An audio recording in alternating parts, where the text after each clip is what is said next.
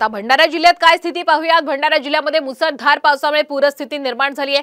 साचलेल्या पाण्यामुळे भंडारा तुमसर बालाघाट आंतरराज्य मार्ग वाहतुकीसाठी बंद करण्यात आलेला आहे। भावनथडी नदीच्या बपरे पुलावरती 4 ते 5 फूट पुलाचं पाणी हे सध्या वाहतंय, त्यामुळे महाराष्ट्र आणि मध्य प्रदेश या राज्यांचा संपर्क तुटलाय। आपण भंडारा जिल्ह्यातली ही स्थिती पाहतोय। पावसाने अक्षरशः हाहाकार माजवलेला आहे, त्यामुळे पूरस्थिती निर्माण झालेली आहे। आमचे प्रतिनिधी शुभम देशमुख यांनी या परिस्थितीचा घेतलेला आढावा आपण पाहूया। काही दिवसापासून पावसाची संततधार सुरू असल्यामुळे नदी नाल्यांना पूर आलेला आहे।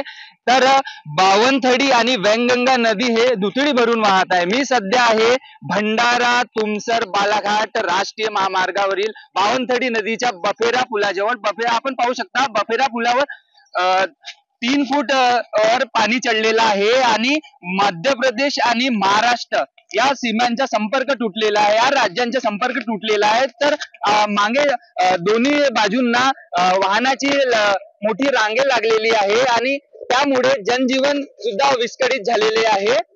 शेतकऱ्यांचे हजारो हेक्टर शेती हे पाण्याच्या खाली आलेले आहे, त्यामुळे शेतकऱ्यांपुढे अजून आसमानी संकट आता उभा झालेला आहे। शुभम देशमुख, साम टीव्ही न्यूज, भंडारा।